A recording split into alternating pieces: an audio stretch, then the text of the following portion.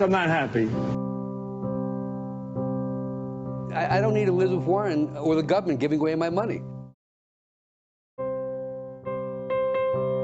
Calling Mike Bloomberg an oligarch has implications in this country that I think are unfair and unreasonable. I care.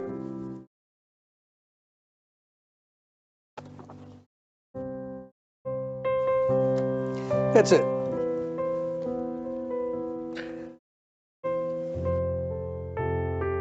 Makes you think of some rich person who got their money off of oil in Russia, who's taking advantage of a broken and dysfunctional system. Bernie Sanders saying, the country's corrupt, our system's corrupt. Be careful about that language, Bernie. You know, be careful. Oh, well, I'm sorry.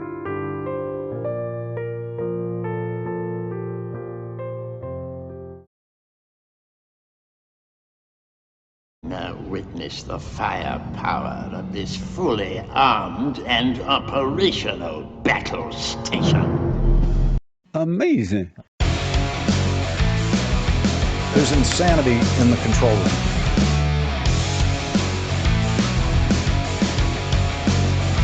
Dumps. Big, massive dumps.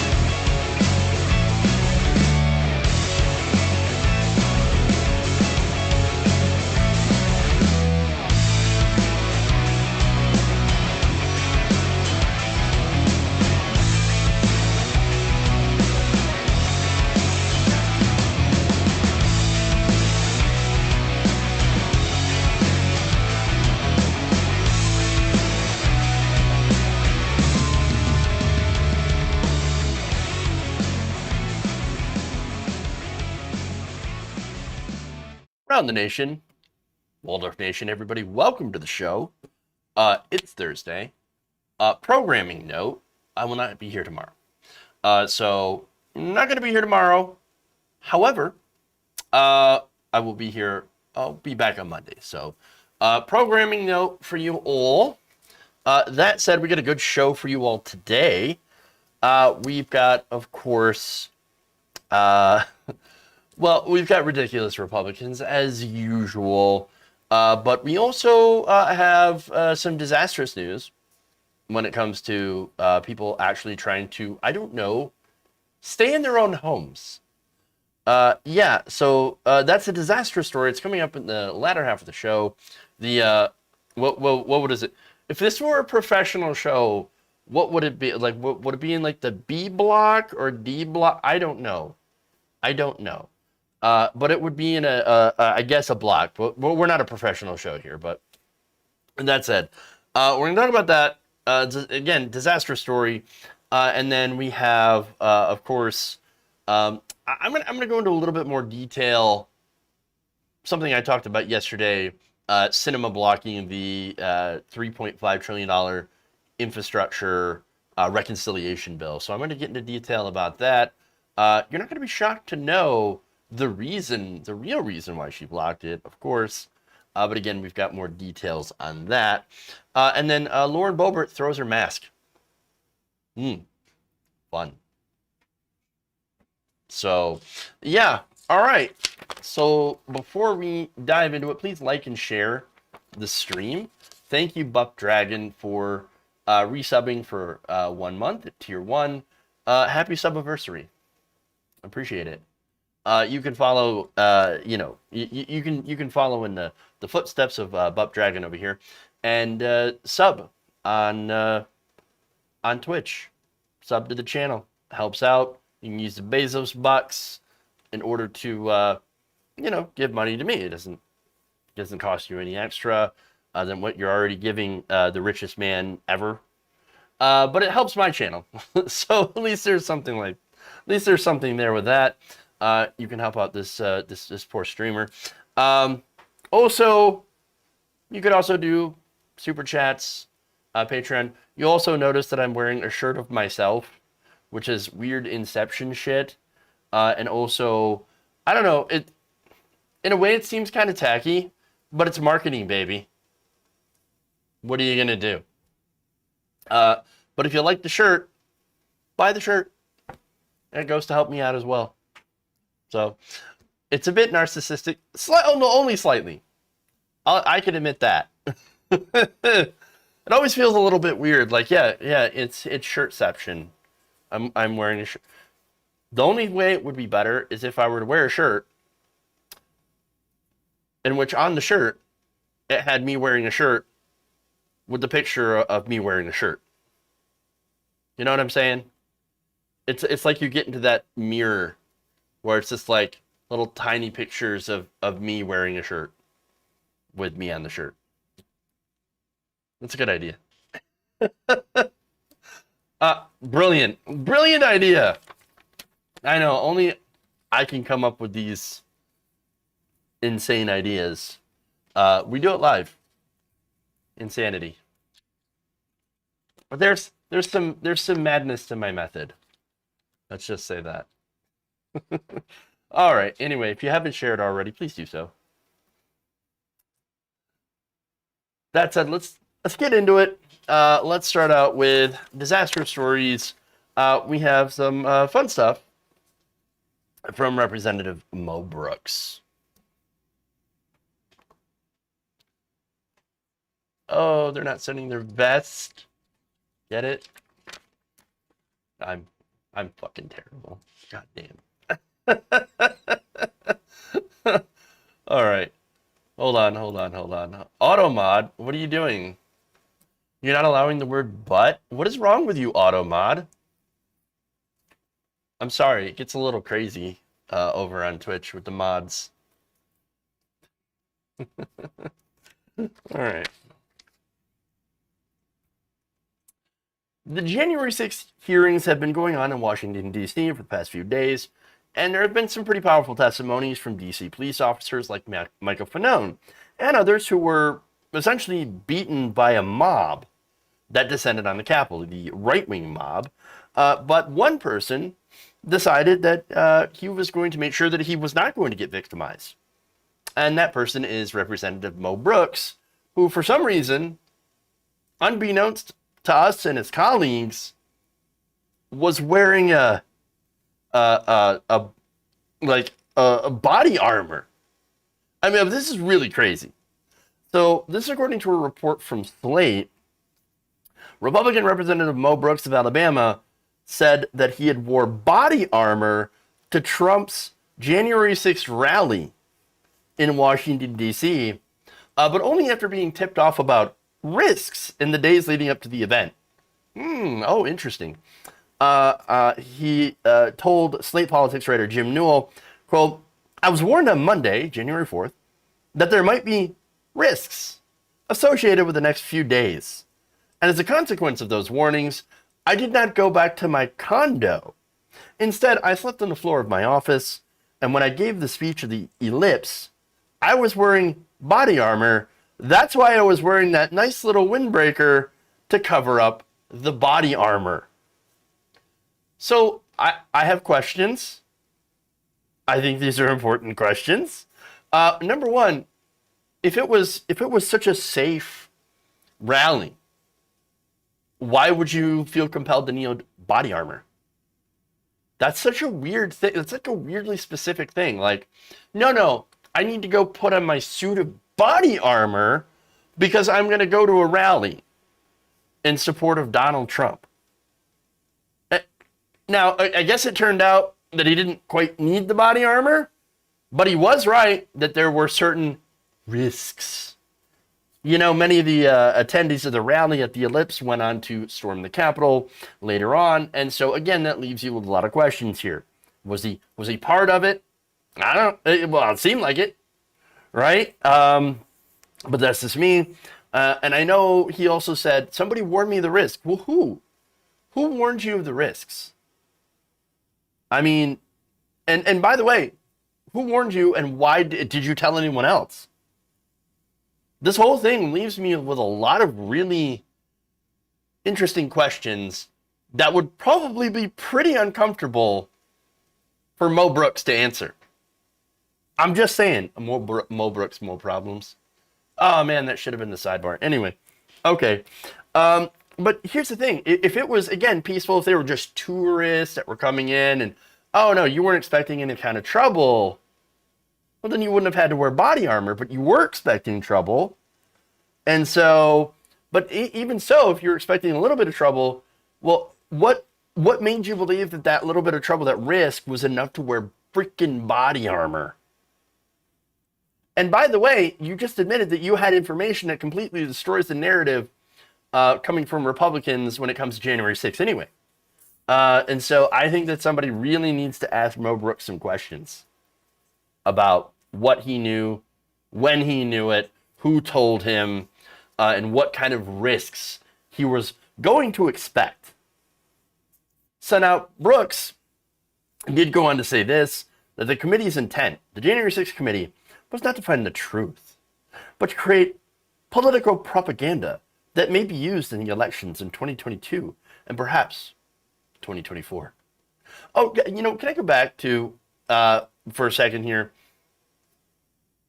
Wearing body armor to I would assume to be a friendly crowd you're speaking at, right? Isn't that kind of a beta thing to do? They talk tough, right? But then when the going gets tough, or whatever, they'll go and they'll hide in their office and wear body armor. Really, really weird. This is super strange. But again, the commission, now, look, is there an element of this commission that's political? Of course. Yeah. Everything is political these days. But at the same time, again, important questions need to be asked. Who in power knew this was going to happen? How much of it was planned? In fact, we're starting to get more evidence that, we've got a lot of evidence already that this was planned, but people in power, the people who were doing that had brought this together, that had planned this out, the rally itself, we know that they were expecting trouble. In fact, a lot of people have been fixating on this image. This is from Steve Bannon's podcast right before, I think it was a day or two before the actual January 6th rally and then the storming of the Capitol. So let me show you this. This is, it's the day before the Capitol attack. Sorry. Steve Bannon's podcast. All hell is going to break loose tomorrow. Just understand this. All hell is going to break loose tomorrow. It's going to be moving. It's going to be quick. So, all right. Yeah. Definitely planned. They knew what they were doing. A lot of them, yes, knew exactly what was going to happen. It was an insurrection attempt. Now, though, of course, the argument from Republicans isn't not that it's no longer, MAGA supporters, because they already tried blaming Antifa. They already tried blaming the FBI. That didn't take, because it was all nonsense. And so now they're like, oh, yeah, sure, it was Trump supporters. However, the argument now is, oh, it wasn't that bad. No, the real problem about this whole thing is that it happened to be a witch hunt against Donald Trump. Yeah.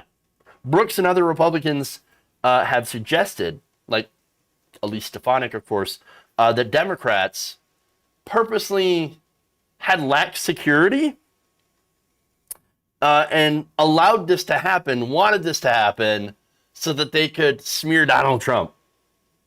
That's ridiculous. Brooks suggested that the committee should investigate, quote, intelligence failures. Well, we know where the intelligence has failed there. That led to the Capitol riot. Newell told CNN's Anderson Cooper in an interview.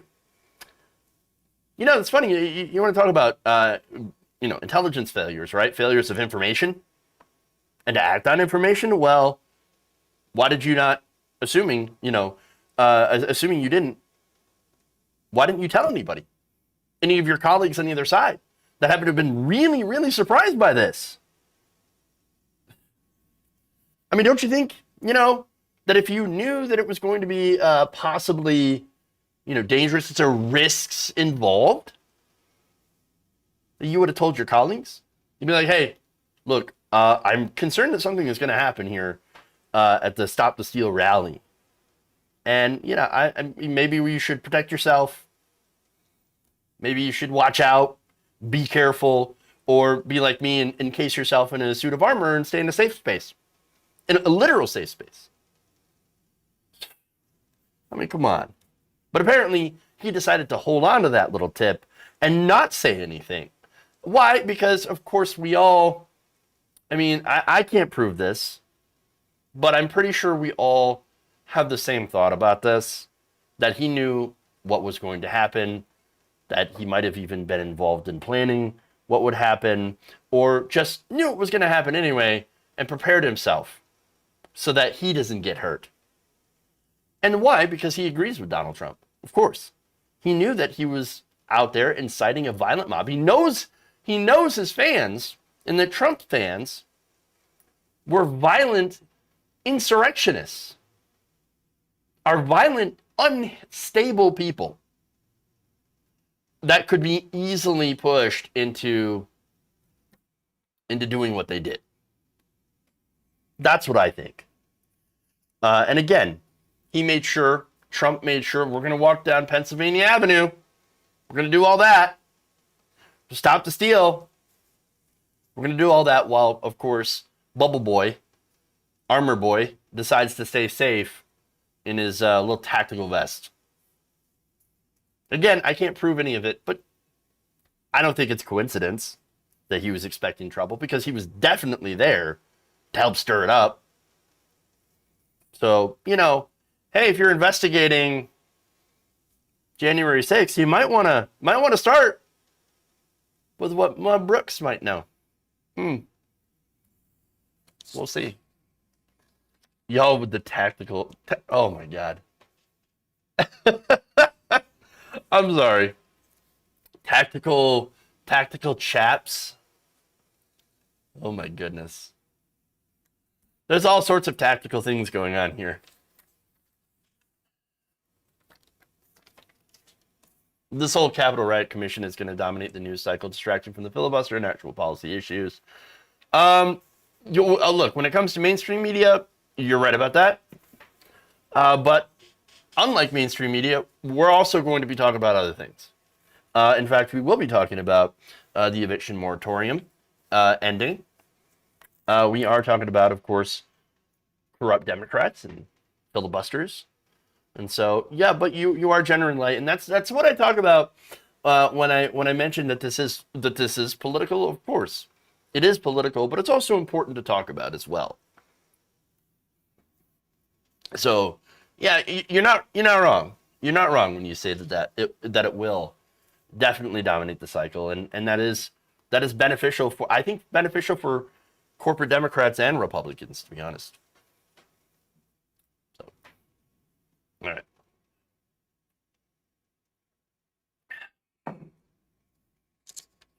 But let's go next here to COVID. A couple of COVID-related stories.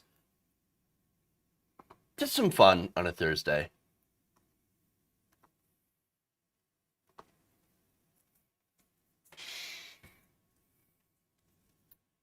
With coronavirus cases surging among the unvaccinated in this country, a California restaurant owner decided that he was going to require proof of unvaccination before letting people into his establishment.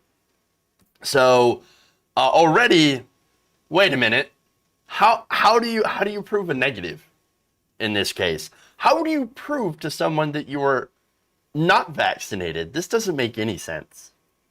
This man's brain has to be incredibly smooth. No wrinkles at all. Nonetheless, Chris Cuomo decides for some reason to bring him on his show to ask him about this.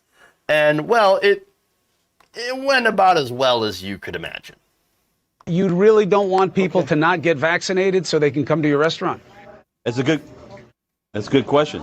You're a smart guy. It's an IQ test. And like I say to people when they ask me, if they're so blinded with their rage and their hate, I tell them, you know what? If you still don't understand it, maybe we should put up a sign up that says you're too stupid to come into the restaurant. So you haven't been vaccinated. Nobody in your family's been vaccinated.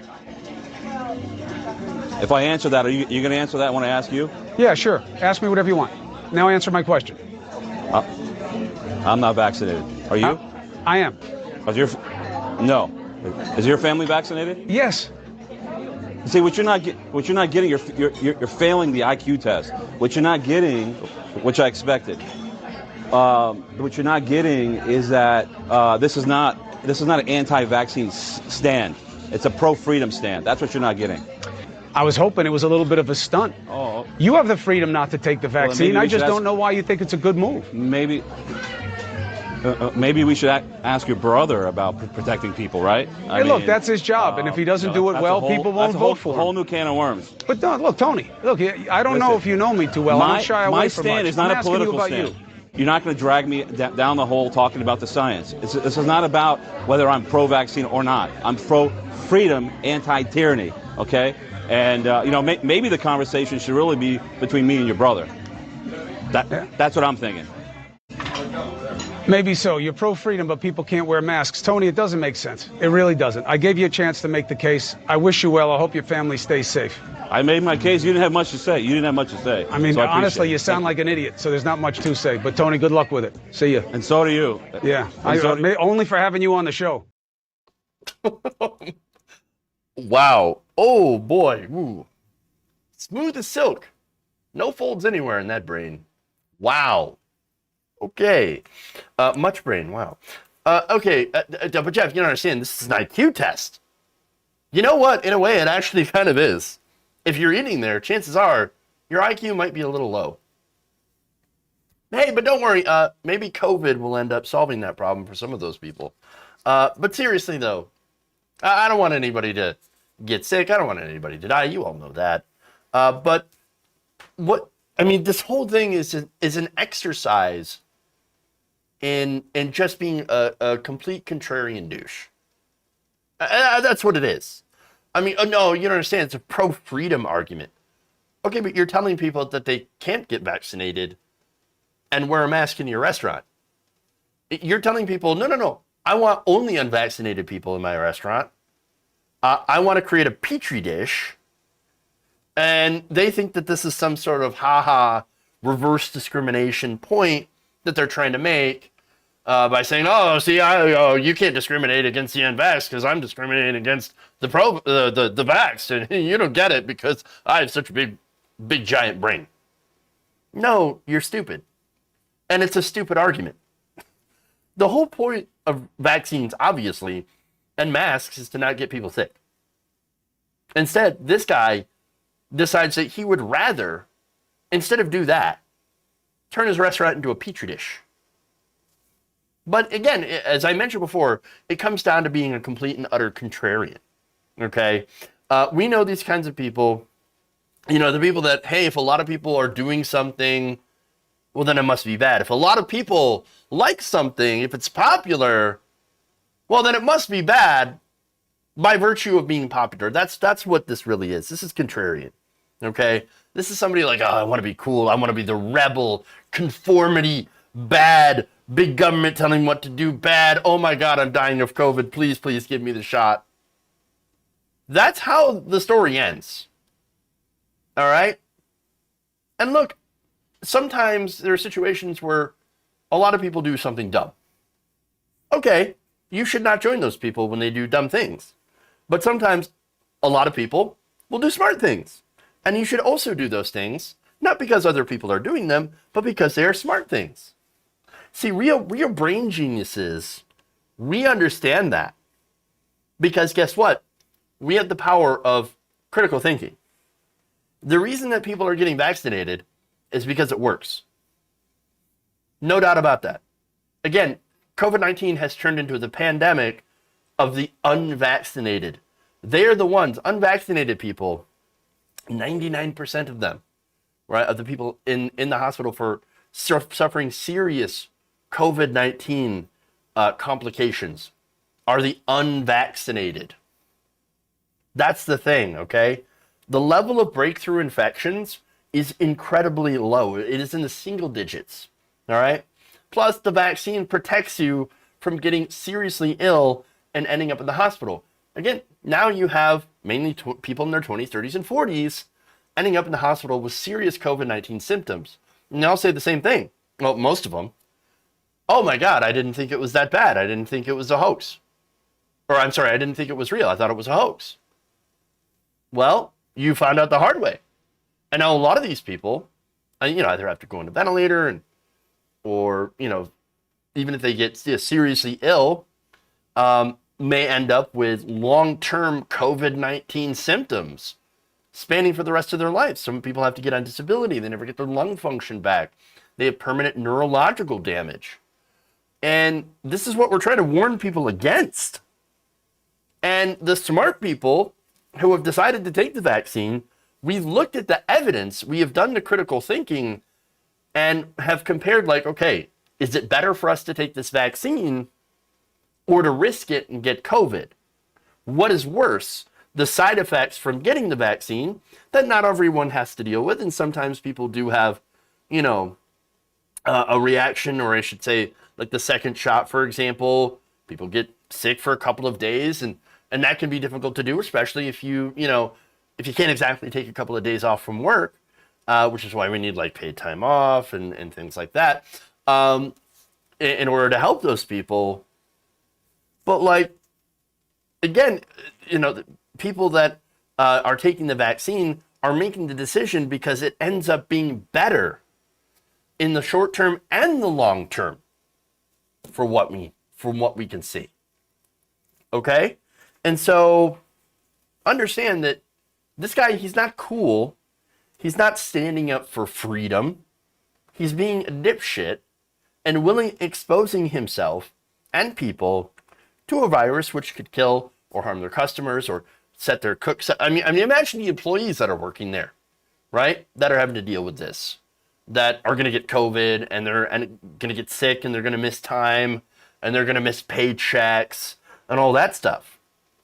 So it's not just, about himself. It's not just about the customers. It's also about the workers that are there too, that are being exposed to this very thing. This is a completely ridiculous point of view. But hey, freedom, I guess.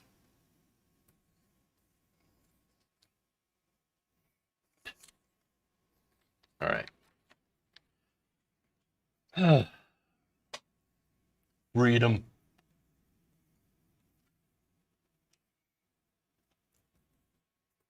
We're going to move on to Lauren Boebert here in a minute.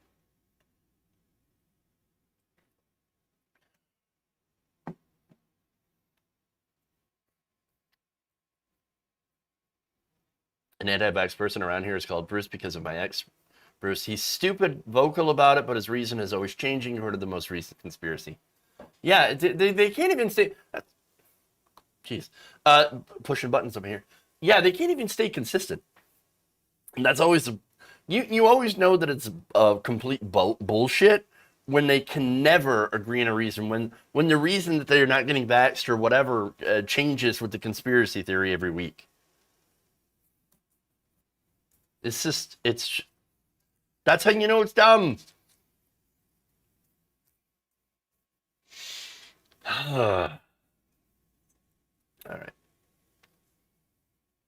Tepedan, thank you for gifting a tier 1 sub. It's awesome.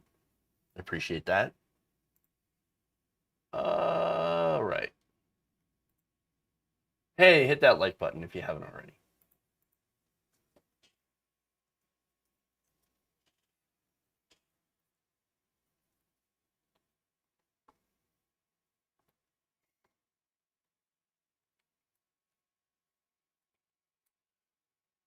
Republican congressmen are not reacting well to the newly revised guidelines from the CDC that encourage both vaccinated and unvaccinated people to wear masks in certain areas of high infection rates. And so it has also led to the reintroduction of a face mask mandate in Congress. So that's why Republicans are incredibly mad.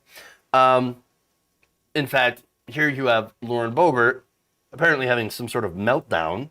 Boebert was accused, according to journalists who were there, of throwing a face mask at a congressional staffer after she was offered one in the wake of the COVID rules being introduced. Boebert, let's see, this is according to Ben Siegel, Representative Lauren Boebert just threw a mask back at a Democratic floor staffer who tried to give her one, per source on the House floor who saw it happen. As of last night, the latest House guidance requires mask wearing on the floor and in most group/meeting spaces. CNN's Manu Rajo also tweeted this. A witness told me they saw Representative Lauren Boebert throw a mask back at the floor staffer when she was trying to walk onto the floor maskless. So immediately, I think, baby, sad, like a child. But unlike children, of course, she should know better. Ms. Boebert's office told The Independent that she, quote, refuses to comply with Speaker Pelosi's anti-science totalitarian mask mandate. And that Americans should not consume to the bully tactics from extreme leftists. If members of Congress cede our freedoms here, what hope is there for people we represent? Hey, look, if you think that Nancy Pelosi is an extreme leftist, why don't y'all come meet my friends? We'll read theory together. It'll be fun. You'll enjoy it. Or your head will explode. I don't know. You want to meet some communists? I know some communists. Some real ones. All right. But look, Lauren Boebert, she's a clown, of course, but she's not the only one. In fact, Republicans have been spending their last few days crying about masks. As CNN reported, Kevin McCarthy earlier had falsely accused the recommendations as, quote, the recommendations as being, quote, not a decision based in science. Oh, really? No, it's not science. Really?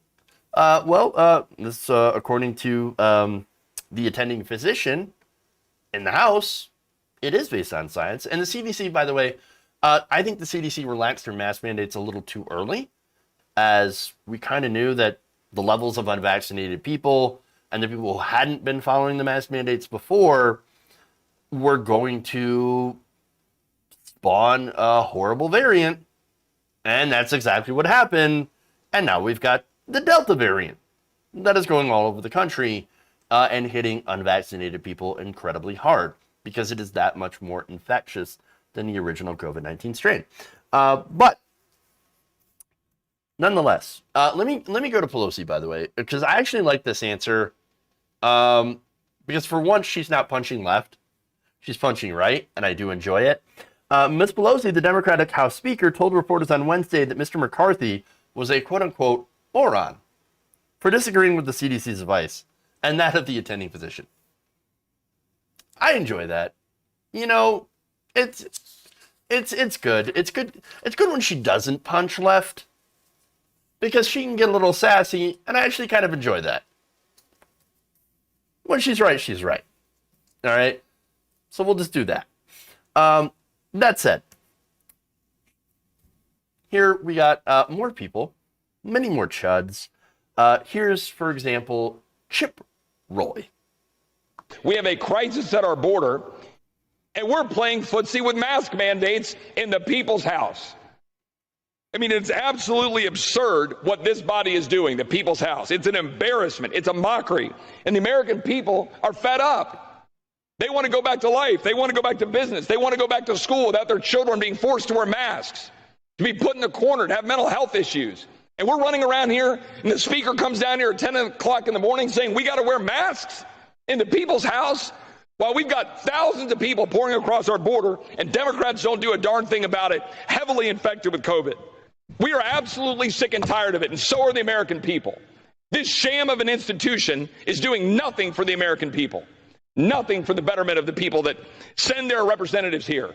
Cartels are raping and pillaging and killing. And we have people infected with COVID coming across our southern border into Texas. And you all put masks up front here on the people's house. We got to go around and see, okay, we can't come to the floor. I can't execute my constitutional duty unless I wear a mask. Well, which is it? Vaccines or masks? Do the vaccines work or they don't work? Do the masks work so they don't work? I'd like to know which it is. I'd like Dr. Fauci to come down and answer a single question about natural immunity. Oh, my God. Let me tell you, like, the performative grandstanding from people like Chip Roy is so fucking tiring. The guy's reading from prepared remarks. He didn't mean a goddamn thing. And of course, he's like, oh, we're talking about masks when we have a crisis at our border with the dirty, infected immigrants of the virus that I don't believe in and won't protect myself and my colleagues from. Like, what the fuck, dude? Chip Roy, clown. Clown. And by the way, I wish more of our Congress people, Democrats included, were as outraged about 50,000 plus people that die every year from lack of health care. That, you know, as Republicans are angry about masks. Okay? But no, of course they're not. He rages about it's the illegals, and then of course my own personal discomfort, and therefore, and interesting, by the way, the timing here, because they're a few days away from taking like an entire month off in August recess. Get the fuck out of here. But there's more. Oh, of course. The parade of clowns never ends with the Republican Party. Representative Tony Gonzalez said that all Nancy Pelosi, once again Pelosi, wants Republicans to talk about how they have to wear masks at work. What? No, she look, if anything, Nancy Pelosi wants to talk about what happened on January 6th because it's a political winner. She doesn't want to talk about it's ridiculous. Republicans are the one that they're the ones that want to talk about this. In fact, here's what Gonzalez says. She wants us to talk about this ridiculous mask mandate. She wants to divide us, but we're not going to be divided. What? What? Oh, okay. Nope, there's more. Representative Brad Wenstrup of Ohio, who, by the way, had to go out of his way. I'm a doctor, you know. You're a podiatrist. Sit the fuck down. He complained that he has to wear a mask in the Capitol while people outside of the building in Washington, D.C. don't have to wear the mask. It's almost as if he doesn't understand the difference between inside and outside. You know, the CDC the guidance was, hey, in certain places in the area where COVID-19 is, you know, having a resurgence, people should, unvaccinated, vaccinated, you should wear masks in these certain places indoors. And he's pointing out the window and he's saying, look at those people. They're not wearing masks. I shouldn't have to wear a mask when I'm in here. Clowns. Oh. The House has its own indoor rules, you jackhole. Idiots. And here's the irony, by the way.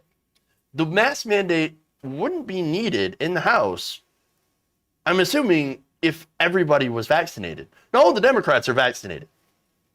And they'll come out and tell you, of course they got a vaccine. I'm not an idiot. But then you have Republicans that are like, no, you got Miss HIPAA, Marjorie Taylor Greene over there screeching that it violates her rights if a reporter asks her if she got the vaccine. Which, by the way, is not true at all. It's not true at all. It turns out, I'm going to read from HIPAA, okay, that any organization can ask any employee, customer, or relevant third party whether or not they have been vaccinated against COVID-19 without violating HIPAA. She doesn't know what HIPAA is. There's more. Employers have a duty of care under OSHA to provide a safe workplace for employees. To fulfill the duty of care, an employer can ask for proof, a vaccination passport, against COVID-19, subject to the Equal Opportunity Employment Commission guidelines and state legislation. Meaning that, of course, if an employee is unable or unwilling to provide the proof of vaccination, the employer may be entitled to enforce workplace safety policies such as mask wearing or social distancing. Which is exactly what Nancy Pelosi in the House of Representatives is doing by putting up the mask mandate. They're saying, well, we have the right to do that. So we're going to do it to protect the safety of our employees. Because it's not just, by the way, not just the congressmen, Congress people themselves, but you also have staffers and reporters as well, the press pool, etc. And so they have absolutely the right to do that. But no. These Republicans, again, they'd rather lie about HIPAA, which, again, if you read HIPAA, I just did, all right? The regulation says you can absolutely... Now, look, there are some situations where you have to be careful what you inquire off of that and what you ask. And, of course, even making reasonable accommodation for people who are unable to get the vaccine, or even have religious exemptions, which, by the way, that's going to be the next thing. I definitely bet it's against my religion to get a vaccine. Oh, really? What religion? Yeah, what did Jesus say about vaccines? I'll wait while you go, consult the Bible on this one. Come on. No, these Republicans would rather act like babies. Now, you might think, hey, that is mean. How dare you diss babies? All right. Well, okay, but the thing about children, and I'm going to defend children, right? The lack of an emotional filter that children have is normal. We all grew up, and they have that lack of an emotional filter because their brain hasn't fully developed. So that's just a fancy way of saying they've got an excuse to throw a fit. That's part of being a child. Lauren Boebert, Marjorie Taylor Greene, they're not children. They should know better. And they absolutely have no excuse to act like babies. Sad.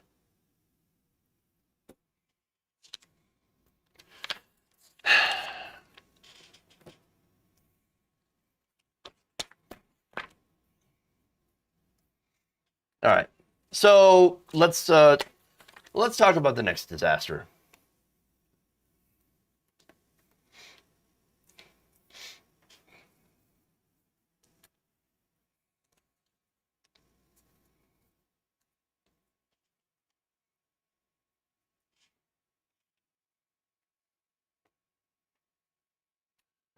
The eviction moratorium set up during the pandemic under the Trump administration is about to end. It's actually going to end August 1st.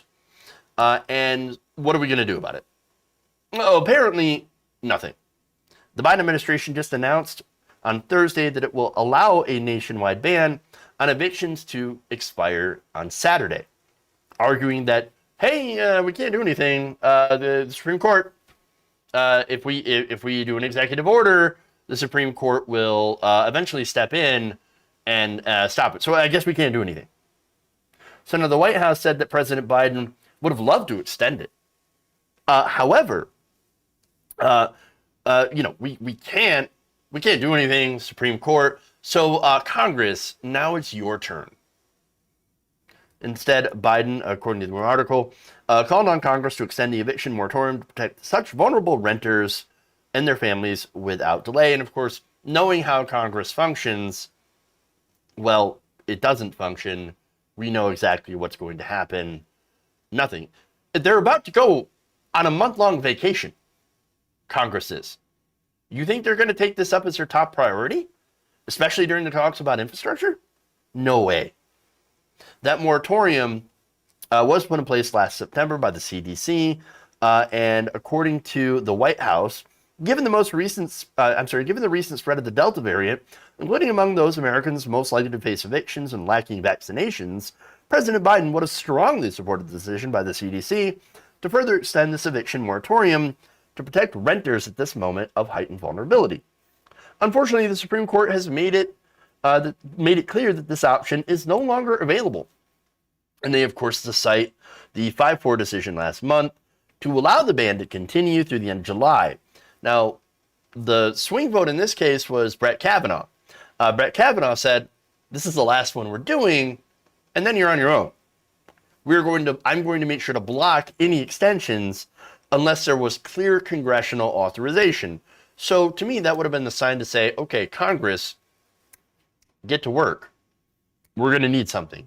Because it's very obvious that the moratorium is necessary.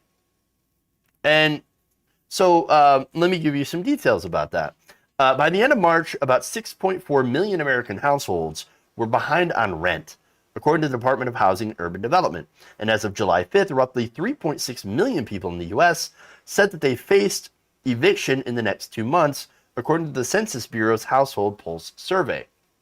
So that's disastrous, and yet it is left to Congress, and of course we're screwed because Congress ain't going to do a goddamn thing. Not good. And by the way, if we could even get all 50 Democrats together, you would likely need 10 Republicans to overcome the filibuster, and Republicans are not at all interested in doing anything about homeless people.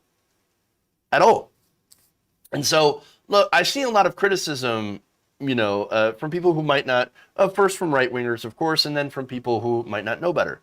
They'll point at all the money that was given towards rent relief, and the things like the stimulus checks, etc., the one-time stimulus checks that we got a total of 3 of, and the unemployment benefits, of an additional $300 a month.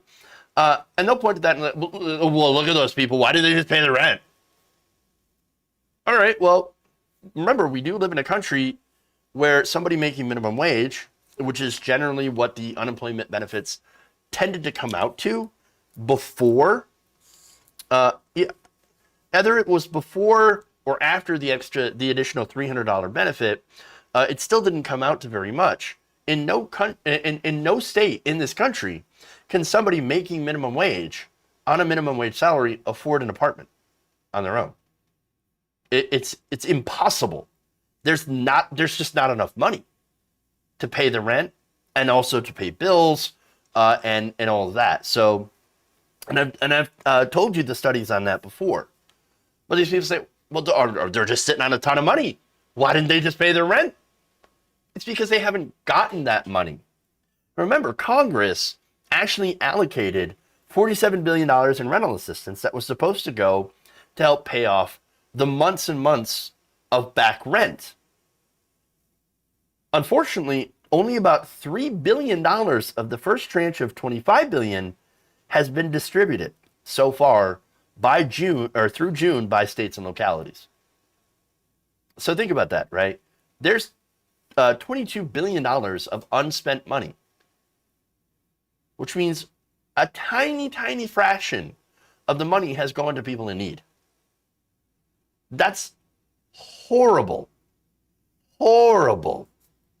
And some states, such as New York, have distributed almost nothing.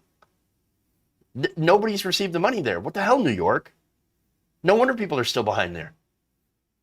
Now, housing advocates, of course, have weighed in here.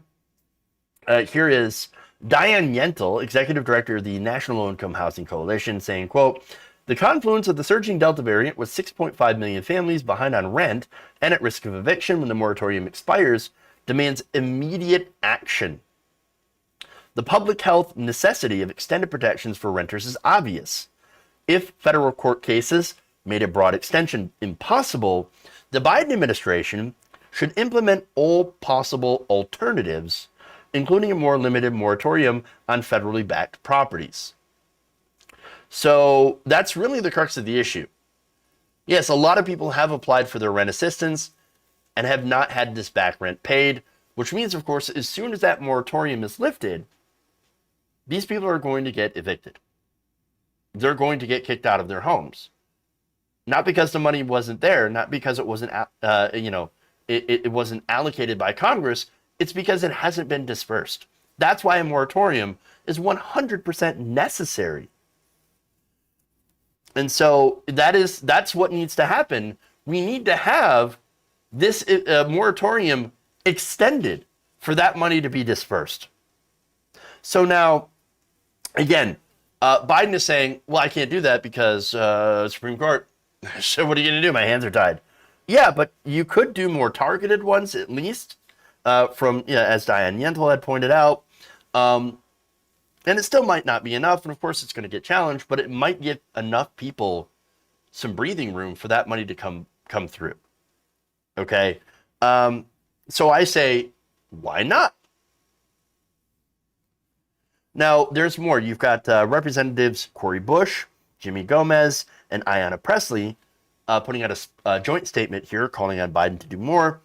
Quote, This pandemic is not behind us, and our federal housing policies should reflect that stark reality. With the United States facing the most severe crisis in its history, our local and state governments still need more time to distribute critical rental assistance to help keep a roof over the heads of our constituents. I agree. That is the most sensible statement I've ever seen. And it's an absolute no-brainer. We need the moratorium because that aid has not gone out fast enough to stop people from getting kicked out. And you can ask why.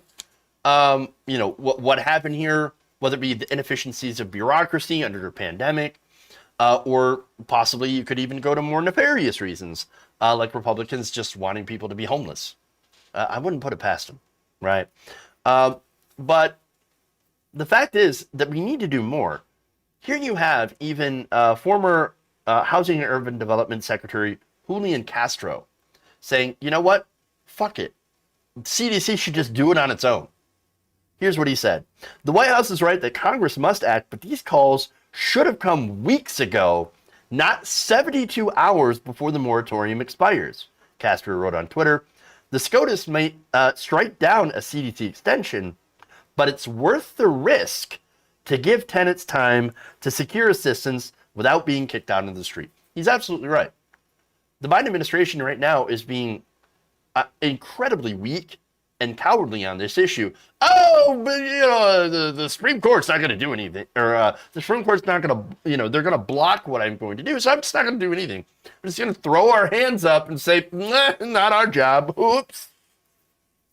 Why did the Biden administration wait till the 11th hour to do this? I mean, if he was sitting on an extension and saying, and knowing that this was going to be challenged by Republicans, and so you come out at the last amount of time so that the Republicans have to scramble to do a challenge from the Supreme Court, right? Because somebody actually has to bring a case to the Supreme Court against the CDC, against the moratorium. And so, this would be basically Biden saying, okay, let's do a holding action here, right? Let's hold on to it and then whip it out at the last point, right? At the last time, here you go, emergency extension. Here you go. To protect people, right? That would have been a smart, savvy political move, and it would have come out really strong. Biden didn't do that. At least he didn't do it yet. But I don't think he's going to, because he's instead saying this, nothing I can do, it's up to Congress. And again, Congress is about ready to go into recess. And that's not good. You want to talk about dropping the ball, this is a huge one. I know he's working on infrastructure, but this should be a top priority to keep people in their homes, especially as the Delta variant gets worse. And of course, as funds that are already allocated, this is not asking for more money. This is just asking for the time, time for the money that was already allocated to protect renters from getting kicked out, to give them time to do that. The landlords are going to get their money. I mean, there are stories of people that have applied and been waiting months and months. And they're like, I want to pay the rent. I want to make sure I have a place to stay. But that money has not come through yet, even though I am eligible. I'm eligible. And by the way, people that have been lucky enough to get back to work, they can't make enough money to pay the thousands and thousands of dollars of back rent, while also keeping current on current bills and catching up with other bills and making sure that they have food and all that stuff. That's why this is so important. It is so important. These landlords are going to evict millions of people who are waiting on that lifeline. And as little as Biden admittedly could do, he could have at least tried to give them a few extra days or weeks by tying it up in court, or at least doing something limited. Something. Instead, threw up his hands, punted it over to Congress. Disastrous. And this is going to be disastrous politically as well. The blame's going to fall on Biden because, for one, it happened on his watch. And two, because he refuses to back the Supreme Court. Right? So if you pack the Supreme Court, well, then there you go. You have that, you can have a majority. So that if this comes down, Supreme Court could just say, "Oh no, we're gonna be okay with that extension." He'll do that, or he could at least pressure Joe Manchin and Kyrsten Sinema to try to eliminate the filibuster. But as we've pointed out before, as I have, Joe Biden continues to defend the filibuster and say, "Oh no, we can't get rid of that. We have to keep the filibuster, or else everything's going to fall apart. We'll get nothing done." Well, nothing's already getting done. It's just going to be a nightmare for so many people from the effects of a pandemic that is not even over yet. The amount of human tragedy that is going to unfold as a result of this for the next few weeks, months, as all of these evictions go through court, it's going to destroy so many lives. So many lives.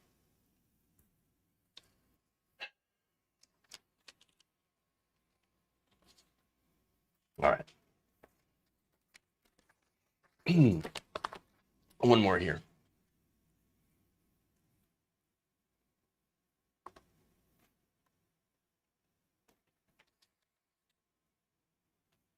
Sorry for that that's a super downer. Jesus. I was going to have a poop story for y'all, but I just didn't think it was appropriate. So we're going to go with AOC versus Kyrsten Sinema. And corrupt Democrats. Yay! Aren't you glad I'm making that decision?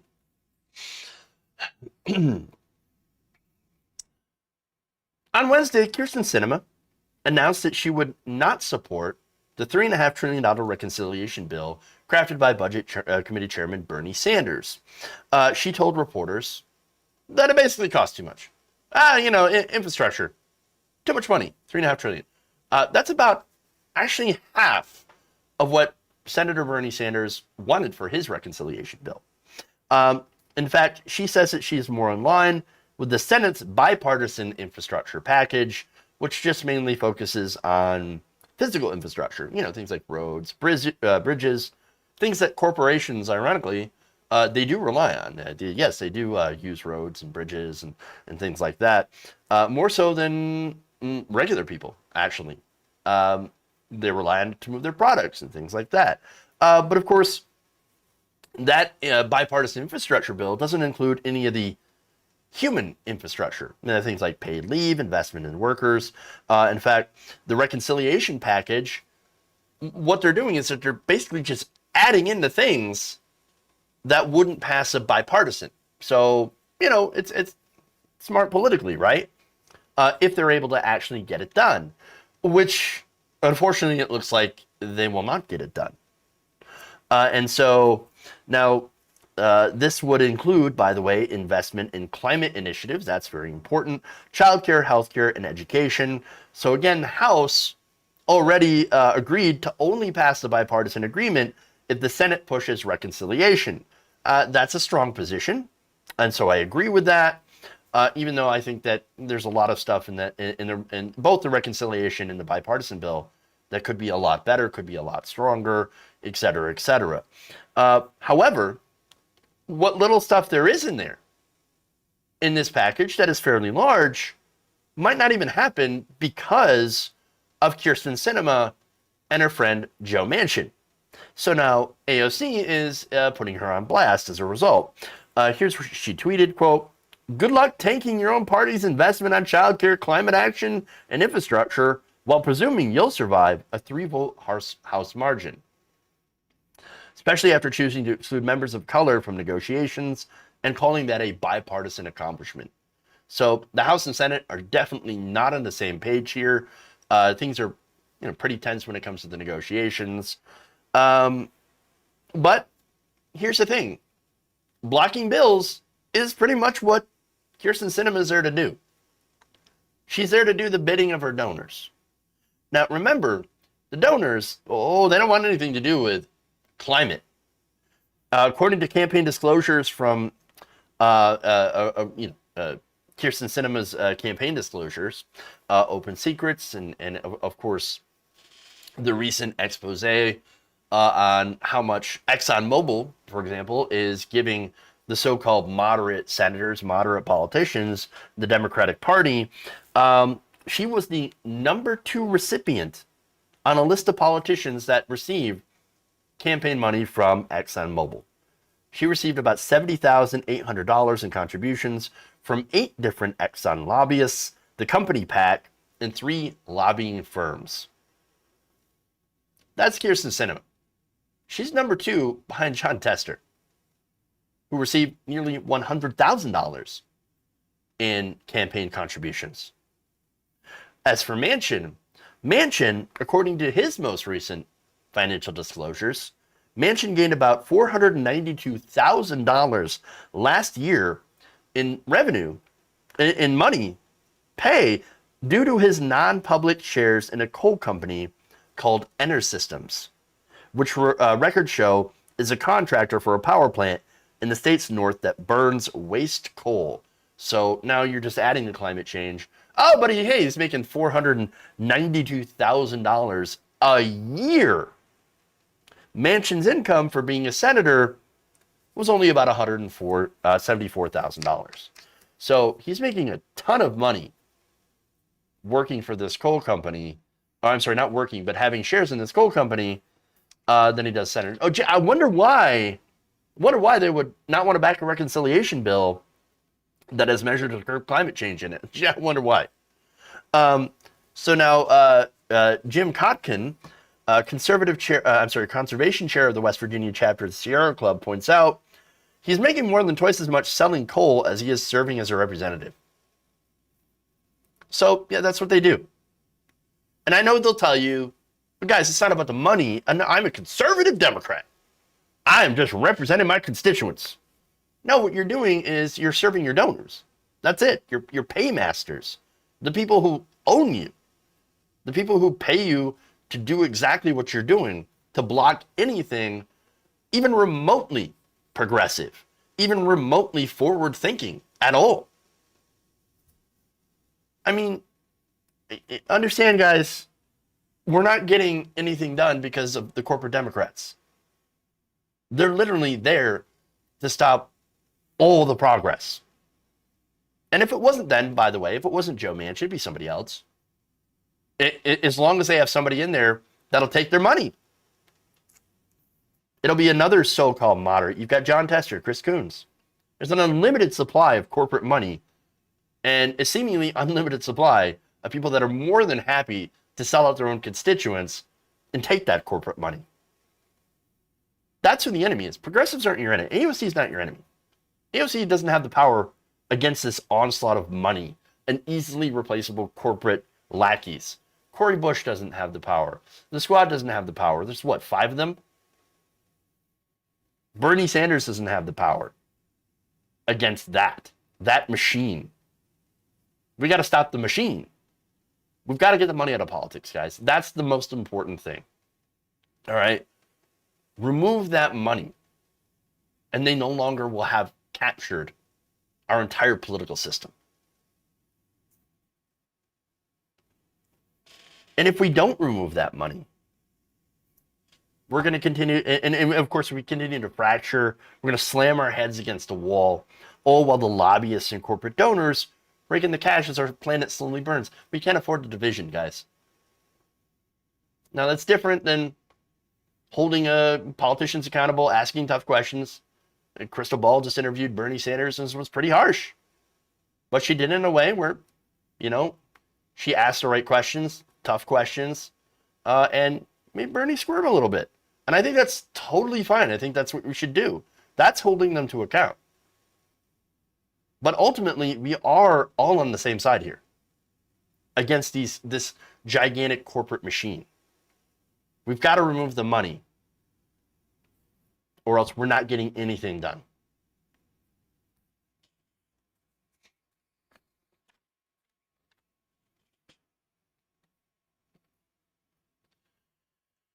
All right. That's all I got for y'all today. Let's see. Gabby Mathis says, please get Sinema on Overstate. Yeah. Matt masks don't work. Then why have they been worn in hospitals for decades, if not centuries? I just remember going back to, I forget the guy's name, some conservative, like, you know, whatever, editor, big shot. And I don't know, like these people pretend to be like super tough and then ask like, oh my God, how do doctors and nurses wear masks all day? I can barely breathe. Beta. That's all I have to say about that. Sad. All right. Chantal Brown is a Joe Manchin Democrat. True. Very, very, very true. Let's see.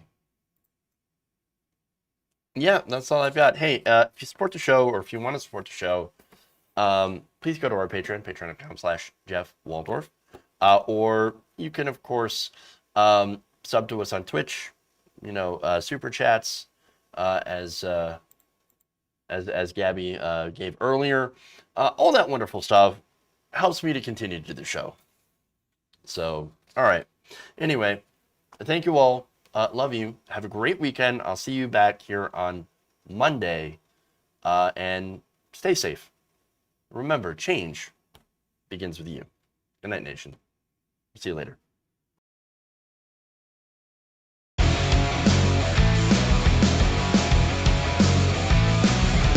Oh, I'm sorry.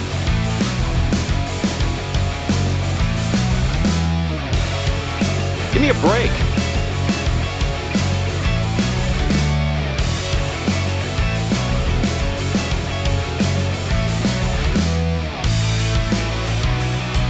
Dumps. Big, massive dumps.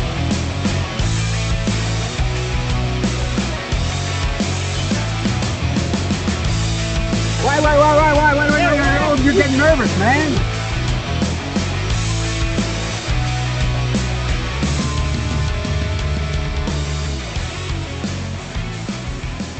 Please clap. They're kicking me out the door. They're kicking me out the door.